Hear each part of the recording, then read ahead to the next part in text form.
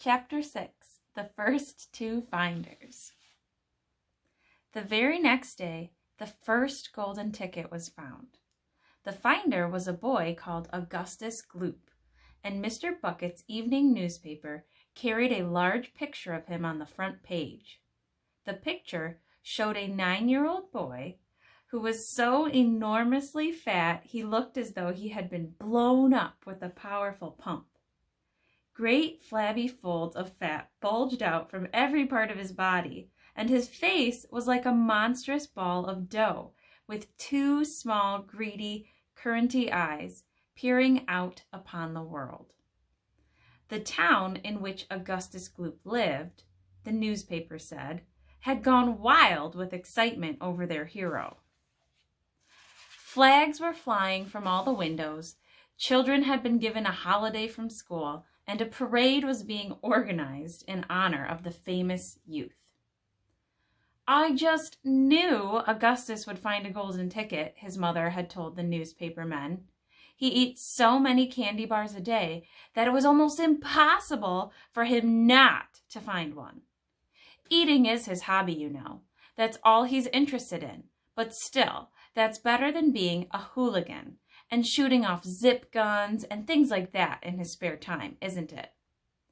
And what I always say is, he wouldn't go on eating like he does unless he needed nourishment, would he? It's all vitamins anyway. What a thrill it will be for him to visit Mr. Wonka's marvelous factory.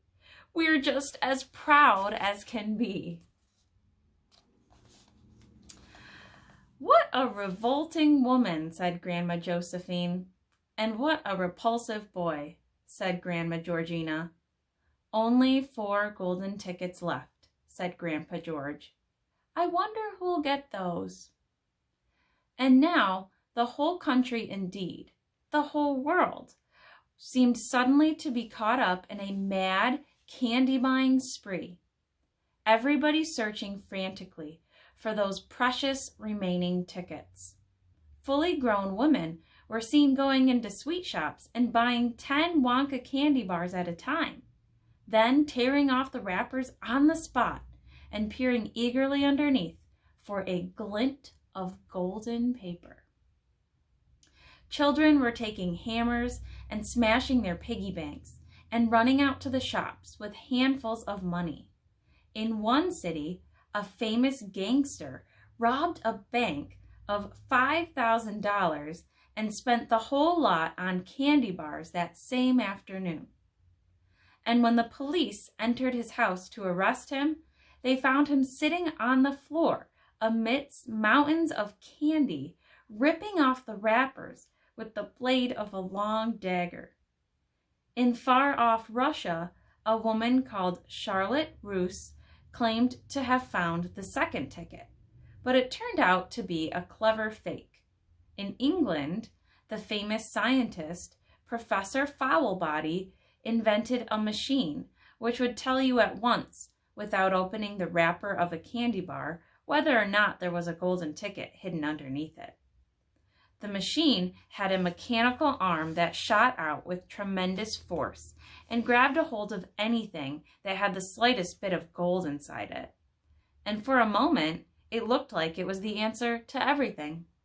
But unfortunately, when the professor was showing off the machine to the public at the candy counter of a large department store, the mechanical arm shot out and made a grab for the gold filling in the back tooth of a duchess who was standing nearby.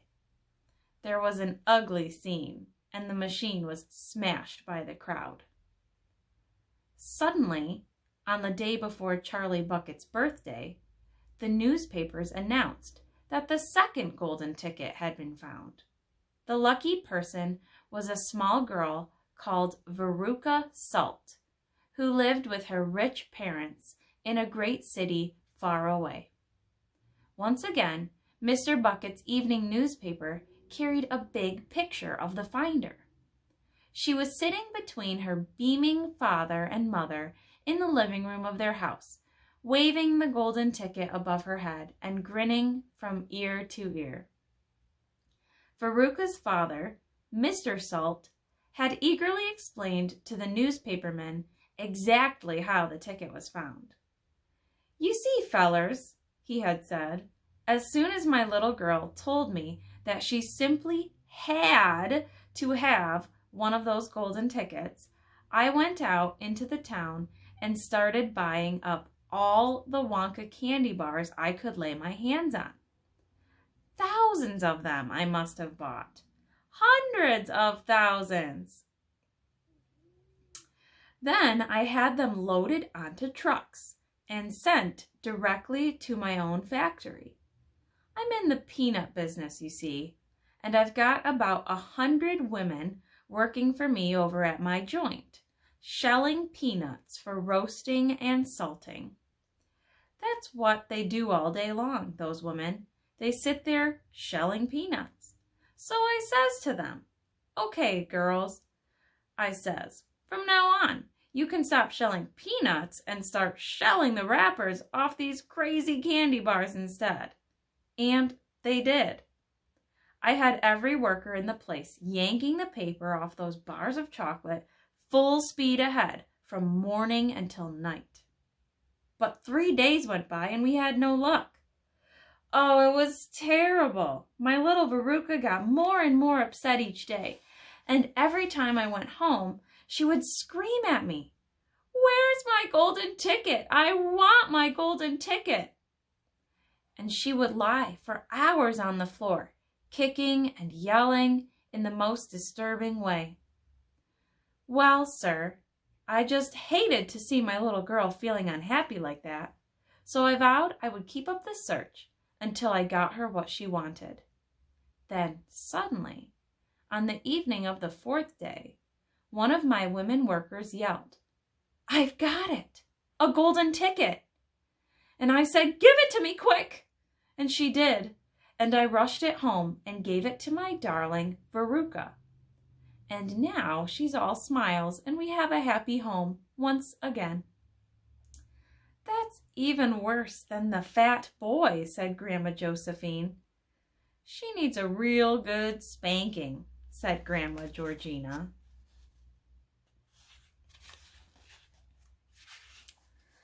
"I don't think the girl's father played it quite fair, Grandpa, do you?" Charlie murmured. "He spoils her," Grandpa Joe said, "and no good can ever come from spoiling a child like that. Charlie, you mark my words." "Come to bed, my darling," said Charlie's mother. "Tomorrow's your birthday. Don't forget that. So I expect you'll be up early to open your present." "A Wonka candy bar?" cried Charlie. "It is a Wonka candy bar, isn't it?" "Yes, my love," his mother said. "Of course it is." "Oh, wouldn't it be wonderful if I found the 3rd golden ticket inside it?" Charlie said. "Bring it in here when you get it," Grandpa Joe said. "Then we can all watch you taking off the wrapper."